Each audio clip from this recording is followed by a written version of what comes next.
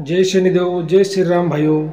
आपका श्री हरि कृपा चैनल में स्वागत है। आज का जो हमारा विषय है, महिलाओं के चेहरे पर और हाथ पर कहाँ पर तिल होने पर गुप्त धन योग बनता है और शुभ योग बनता है या फिर अशुभ योग बनता है, इसके बारे में आज हम चर्चा करने वाले हैं। आपने अगर चैनल को सब्सक्राइब नहीं किया तो सबसे पहले चैनल को सब्सक्राइब करिए, लाइक करिए, शेयर करिए।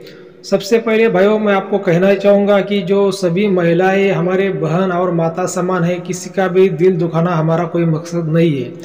जो सामुद्रिक शास्त्र है उसमें तिल के बारे में बताया गया है कि कहाँ पर तिल होता है तो शुभ माना गया है, धन का योग माना गया है, गुप्त धन का योग माना गया है, पैसे का योग माना गया है।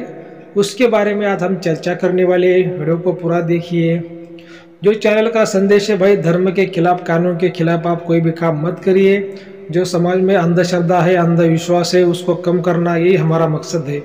भाइयों देखिए कि जो महिलाओं के चेहरे पर आपने देखा होगा कि बहुत से महिलाएं होती हैं, उनके चेहरे पर तिल होते हैं। अब बहुत से महिलाओं का ये कहना होता है कि गुरुजी ये जो तिल होते हैं अच्छे नहीं दिखते, अच्छे नहीं लगते, लेकिन वो तिल का भी रहस्य होता है। जो आपके चेहरे पर जो तिल आया है उसका भी रहस्य है। जैसे आपके हाथों पर रेखा है, माथे पर रेखा है, आपके हाथों की उंगलियां, पैर की उंगलियां कुछ ना कुछ आपका भविष्य बताती है। आपकी बॉडी आपका भविष्य बताती है। वैसे ही जो तिल होता है वो भी आपका भविष्य बताता है। तो क्या बताता है? तो तिल को जो राहु है, 9 ग्रहों में जो राहु देवता है, दैत्य सेनापति, उससे जोड़ा गया है। और ये जो तिल क्या करता है कि गुप्त धन का योग पैदा करता है। तिल यानी राहु ग्रह देव। तो राहु गुप्त धन का कारक होता है, व्यक्ति को गुप्त धन दिलाता है, अचानक से अमीर बनाता है। तो इसी वजह से तिल से भी गुप्त धन योग बनता है कि हम पहचान सकते हैं कि भाई हमारे जीवन में ऐसा कोई योग है क्या। अभी गुप्त धन किसे कहते हैं कि भाई अचानक से मिलने वाला पैसा, विरासत में मिलने वाला पैसा, बिना काम किसे मिलने वाला पैसा, एकदम से मिलने वाला पैसा, या फिर जमीन का कोई गड़ा धन हो, या फिर कुछ महंगी चीज हो। मतलब जो पैसा हमें बिना मेहनत से मिलता है, बिना कर्म के मिलता है, उसको कहते हैं गुप्त धन योग। तो ये तिल का जो रहस्य अभी मैं आपको बताने जा रहा हूँ, थोड़ा ध्यान से सुनिए।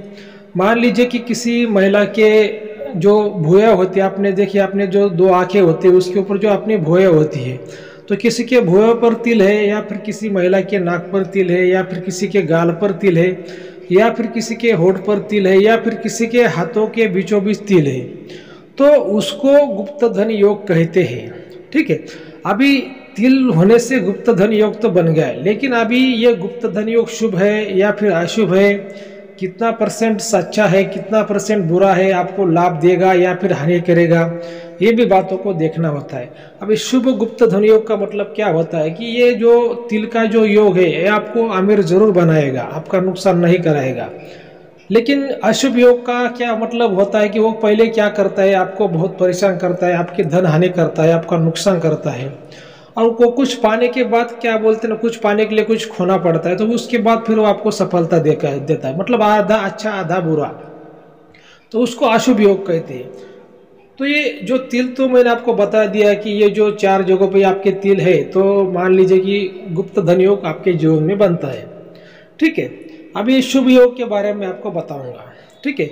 मान लीजिए कि आपके जो भुई है उस पर तिल है, मतलब राइट साइड की जो भुई आपकी है, दाहिने बाजू की, उस पर अगर तिल है तो शुभ योग है। जो आपका नाक है, नाक के राइट साइड में, मतलब जो आपका जो दाईं तरफ का जो नाक का जो भाग है उस पर अगर तिल है तो वो भी शुभ है।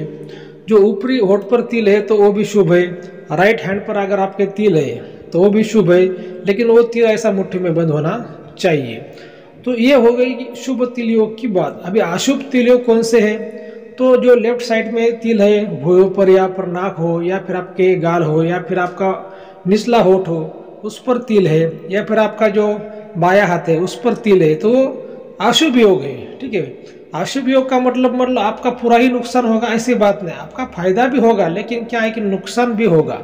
इसमें सावधानियाँ, जो सावधान होते हैं, जो हमें कुछ रिस्क होती है वो ज़्यादा उठाने नहीं पड़ती। तो ये बातों को समझने के लिए गुरु का भी आवश्यकता होना चाहिए, गुरु की सलाह भी होनी चाहिए, गुरु भी करना चाहिए। देखिए अभी जो हम वीडियो बनाते हैं इसका क्या मतलब होता है, कॉमनली जानकारी होती है, किसी की पर्सनली जानकारी नहीं होती, ये सभी के लिए जानकारी होती है, कॉमन जानकारी होती है। और अगर आपको पर्सनल खुद की जानकारी चाहिए तो आप हमारे दिए गए नंबर पर हमें व्हाट्सअप कर सकते हैं, कॉल भी कर सकते हैं। लेकिन जो हमारी फीस है वो लागू रहेगी, जो आपकी खुद की पर्सनल जानकारी आपको दी जाएगी। लेकिन जो मैंने आपको जानकारी देने की कोशिश की, मुझे तो लगता है कि आप समझ गए होंगे कि भाई तिल होने से धन का योग बनता है, कहाँ पर तिल होने से अशुभ योग बनता है, कहाँ पर तिल होने से शुभ योग बनता है। और देखिए इसका आप बोलोगे गुरुजी अभी तिल तो है, शुभ योग पर तिल है, जहाँ पे आपने कहा वहाँ पर है, लेकिन फायदा मुझे कब मिलेगा। अब ये जो बातें होती है कि इसको जो हमारे जीवन में जब जो दशाएं चलती है 9 ग्रहों की, जब आपके जीवन में राहु की दशाएं आएगी तब क्या होगा कि आपको इस चीज़ का आपको लाभ मिलेगा। तो कैसे मिल सकता है, तो जैसे मैंने कहा कि बिना मेहनत का पैसा, तो शेयर सट्टा लॉटरी कैसे भी विरासत में प्रॉपर्टी जमीन से गड़ा धन कैसे भी आपको वो लाभ मिल सकता है, मतलब बिना काम का वो लाभ है। लेकिन योग तो आएगा, लेकिन आप उस योग को समझना भी चाहिए।